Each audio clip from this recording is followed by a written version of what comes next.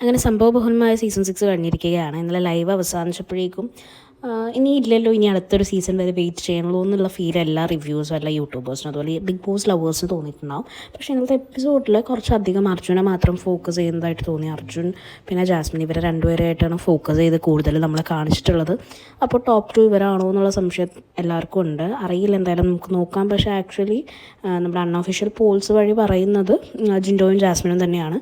ശരിക്കും അവർ തന്നെയാണ് top 2 deserving ആയിട്ടുള്ളവരും എന്ന് തന്നെയാണ് എനിക്കും തോന്നിയിട്ടുള്ളത്. എന്തായാലും ബിഗ് ബോസ് കഴിഞ്ഞാലും പിന്നെ കുറച്ച് നാളത്തേക്ക് ബിഗ് ബോസ് തന്നെയായിരിക്കും കണ്ടൻറ്റ്. അതങ്ങനെയാണല്ലോ യൂഷ്വലി സംഭവിക്കാറുള്ളത്. കാരണം ഇവർ ഓരോരുത്തരും പുറത്ത് വന്നിട്ട് ഇവർക്കുള്ള റിപ്ലൈസും കാര്യങ്ങൾക്കും കുറേ ക്വസ്റ്റ്യൻസ് ഉണ്ട് എല്ലാവർക്കും. ആ ക്വസ്റ്റ്യൻസിനൊക്കെ ഇവർ ആൻസർ ചെയ്ത് വരുമ്പോൾ അത് കോൺട്രവേഴ്സി ആവും, അത് പിന്നെ ചർച്ചാ വിഷയമാവും. സോ ബിഗ് ബോസ് തന്നെയായിരിക്കും ഇനി കുറച്ച് നാൾ കണ്ടിന്യൂ ചെയ്യാൻ പോകുന്നത്. എന്തായാലും ഇതിൽ വന്ന ടോപ്പ് 5 കൺഗ്രാറ്റ്സ്. അത് അൺഡിസേർവിങ് ആണോ ഡിസേർവിങ് ആണോ ഒന്നും നോക്കേണ്ട കാര്യമില്ല.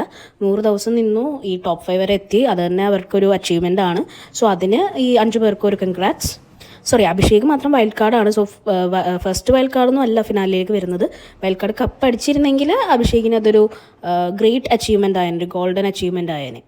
പിന്നെ ഇനി കാണാനുള്ളത് ഈ ബിഗ് ബോസ് വീടിനുള്ളിൽ ഉണ്ടായ കുറേ കോംബോസ് ഉണ്ട്. ഈ കോംബോസ് കണ്ടിന്യൂ ചെയ്യുമോ, ഇവരൊക്കെ ജെന്യുവൻ ആയിരുന്നോ എന്നൊക്കെ നമുക്ക് ഇനി കണ്ടറിയേണ്ടതുണ്ട്. എന്തായാലും നമുക്ക് നോക്കാം. അപ്പോൾ ഇന്നലത്തെ എപ്പിസോഡ് കുറച്ചധികം അർജുനെ മാത്രം ഫോക്കസ് ചെയ്ത് ഹൈലൈറ്റ് ചെയ്ത മാതിരി തോന്നി. വേറെ ബിഗ് ബോസിന് പ്രത്യേകിച്ച് കണ്ടതൊന്നുമില്ലല്ലോ.